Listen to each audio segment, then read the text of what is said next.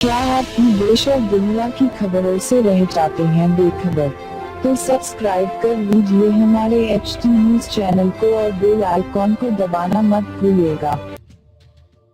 दुष्कर्म के आरोप में घिरे दाती महाराज को लेकर एक बड़ी खबर सामने आ रही है, जहां बीते दिन दाती महाराज दिल्ली पुलिस की क्राइम ब्रांच के आगे पेश होना था, लेकिन दाती महाराज नहीं आए और अब पुलिस दाती महाराज की गिरफ्तारी करने में जुट गई है। बताया जा रहा है कि दाती महाराज को सिर्फ पूछताछ के लिए बुलाया गया था और अब पुलिस उनको गिरफ्तार करने में लग गई है।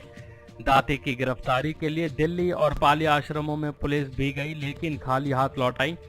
दाती महाराज का इस दौरान बड़ा राज खुला है। आपको बता दें, श्रद्धा नाम की एक महिला जो कि बाबा पर लगे सभी आरोपों को बेबुनियाद बता रही थी और कह रही थी कि उनको फंसाया जा रहा है। यह महिला बाबा की करीबी है और अब वो महिला भी फंसती नजर आ रही है। पीड़ित लड़की ने उस महिला पर भी गंभीर आरोप लगाए हैं। पीड़ित लड़की का कहना है कि श्रद्धा ने उसके ऊपर दाती महाराज से संबंध बनाने का दबाव बनाया था। पीड़िता ने आगे बताया कि श्रद्धा वो महिला है जो दाती के बेहद ही करीब है।